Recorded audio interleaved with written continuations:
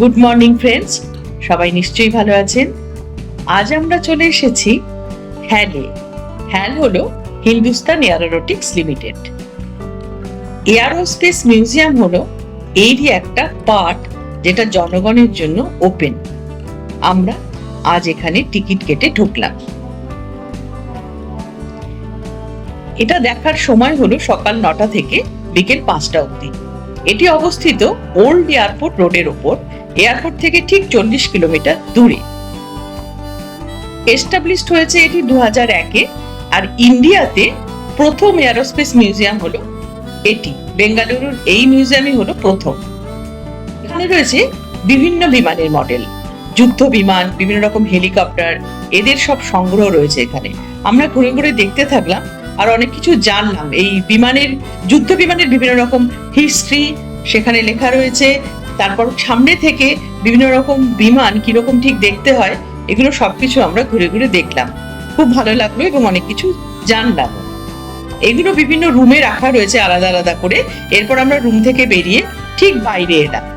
বাইরে এসে মানে মিউজিয়ামের মধ্যে রুমগুলোর বাইরে এসে দেখলাম খুব ওয়েল মেনটেন, খুব সুন্দরভাবে সাজানো গোছানো, আর প্রচুর গাছ আর প্রচুর স্পেস।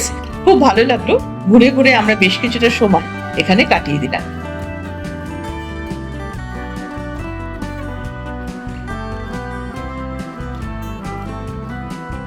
এখান থেকে বেরিয়ে কিছুটা খাওয়া দাওয়া করে আমরা চলে এলাম গান্ধী মার্কেটে। বিভিন্নভাবে ঘুরলাম, টুকটাক কেনাকাটাও করলাম। করতে করতে চলে এলাম ফুলের মার্কেটে। এই ফুলের মার্কেটটা কিন্তু বেশ বিখ্যাত, বিভিন্ন রকম ফুল এখানে পাওয়া যায়। একজন ভদ্রমহিলার কাছে বিক্রি হচ্ছিল বিভিন্ন রংবাহারি ফুল। আমরা সেখানেই চলে গেলাম। খুব ভালো লাগছিল। প্রথম আবদার করলো ওর মাথায় ফুলের মালা লাগিয়ে দিতে হবে। ওকে দেখে আমিও লোভ সামলাতে পারলাম না।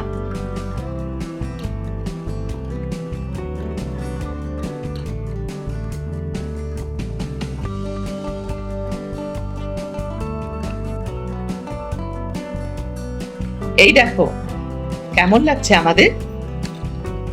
গান্ধী মার্কেট থেকে বেরিয়ে আমরা সবাই হোটেলে পৌঁছালাম। তারপরে সন্ধ্যের পরে আবার বেরোলাম রেভা ইউনিভার্সিটির ভিতরটা দেখবো বলে। সন্ধ্যে ঠিক বলবো না, একটু রাতই হয়ে গেছিল। রাতের অন্ধকারে জ্যোৎস্না আলোতে মনে হলো একটা স্বপ্ন জগতে যেন প্রবেশ করলাম।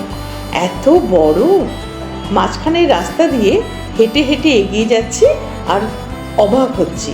দুদিকে গাছ দিয়ে সাজানো, পুরোটা দেখতে প্রায় 40 মিনিট সময় লাগলো। তাও বেশ তাড়াতাড়ি আমরা হেঁটেছি।